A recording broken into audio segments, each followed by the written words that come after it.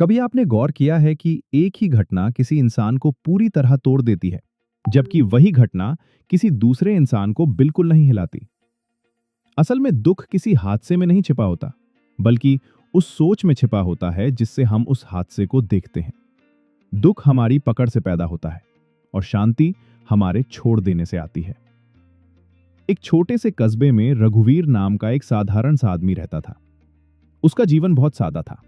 ना उसके पास बड़ी गाड़ियां थी और ना ही कोई आलीशान मकान। लेकिन उसके पास एक छोटी सी दुकान थी जिससे उसकी पहचान जुड़ी हुई थी। वही दुकान उसकी रोजी रोटी थी, वही उसका आत्मसम्मान था और वही उसकी जिंदगी का सबसे मजबूत सहारा थी। रघुवीर हर सुबह अपनी दुकान खोलता था, धैर्य के साथ ग्राहकों से बात करता था और पूरी ईमानदारी से अपना काम करता था। उसने उस दुकान को खून पसीने से खड़ा किया था, इसलिए उसका उस दुकान से लगाव होना बिल्कुल स्वाभाविक था। वो दुकान सिर्फ ईंट और सीमेंट से बनी हुई जगह नहीं थी, बल्कि उसमें उसके सपने, उसकी मेहनत और उसका भविष्य सब कुछ बसा हुआ था। एक दिन उस कस्बे में अचानक बहुत तेज बारिश हुई। नालियां भर गईं और पानी सड़कों पर बहने लगा। रात भर बारिश होती रही और जब सुबह रघुवीर अपनी दुकान पहुंचा तो उसने देखा कि पानी दुकान के अंदर तक घुस चुका था। कई सामान खराब हो चुके थे और दीवारें भीगकर जैसे चुपचाप अपनी हालत बयान कर रही थी। जब रघुवीर अपनी दुकान के सामने खड़ा होकर उस तबाही को देख रहा था, तो अचानक उसका संयम टूट गया। वो वहीं खड़ा खड़ा फूट फूट कर रोने लगा।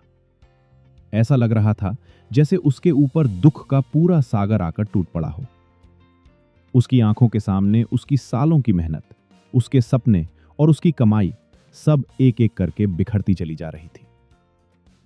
तभी उसका बड़ा बेटा वहां पहुंचा। उसने अपने पिता को संभालते हुए बहुत शांत स्वर में कहा कि उन्होंने पहले ही ऐसे समय के लिए इस दुकान का बीमा करवा रखा था। बेटे की यह बात सुनते ही रघुवीर का रोना धीरे धीरे थम गया। जो आदमी कुछ देर पहले खुद को संभाल नहीं पा रहा था, वो अब चुपचाप खड़ा होकर अपनी दुकान को देख रहा था। दुख अब भी था, लेकिन घबराहट नहीं थी। दोस्तों, एक छोटी सी गुजारिश है। अगर ये कहानी आपको अच्छी लग रही है तो कृपया इस वीडियो को लाइक कर दीजिए। आपका एक लाइक हमें ये एहसास दिलाता है कि हमारी मेहनत आप तक पहुंच रही है और हमें और बेहतर कहानियां लाने की प्रेरणा देता है। फिर से अपनी कहानी पे चलते हैं। कुछ ही देर बाद बीमा कंपनी के लोग भी वहां आ गए। उन्होंने टूटी हुई दीवारों, खराब हुए सामान और बिखरी हुई मेहनत को ध्यान से देखा।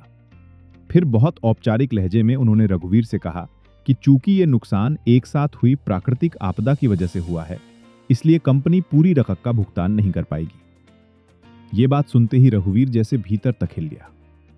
वो एक पल के लिए सन्न रह गया। उसकी आंखों के सामने सब कुछ धुंधला हो गया और उसे ऐसा महसूस हुआ जैसे जमीन उसके पैरों के नीचे से खिसक गई हो। वही आदमी, वही दुकान और वही जगह थी, लेकिन इस बार दुख उसकी रूह तक उतर चुका था। वही आदमी, वही दुकान और वही हालात थे, लेकिन दुख का एहसास हर बार अलग था। क्योंकि दुख टूटे हुए सामान से नहीं आता। दुख उस लगाव से पैदा होता है जिससे हम खुद को किसी चीज से इस कदर जोड़ लेते हैं कि वहां से निकलने का कोई रास्ता हमें दिखाई ही नहीं देता। जिस दिन हम ये समझ लेते हैं कि सब कुछ स्थायी नहीं है, उसी दिन जिंदगी थोड़ी हल्की हो जाती है। जो चला गया वो शायद हमें कुछ सिखाने आया था, और जो बचा है वही आगे बढ़ने का सहारा बनता है। आप देख रहे थे ओनली कहानियां, जहां कहानियां सिर्फ सुनाई नहीं जाती, महसूस कराई जाती हैं। हम फिर मिलेंगे एक नई कहानी और एक नई सोच के साथ। तब तक के लिए जय हिंद, जय भारत।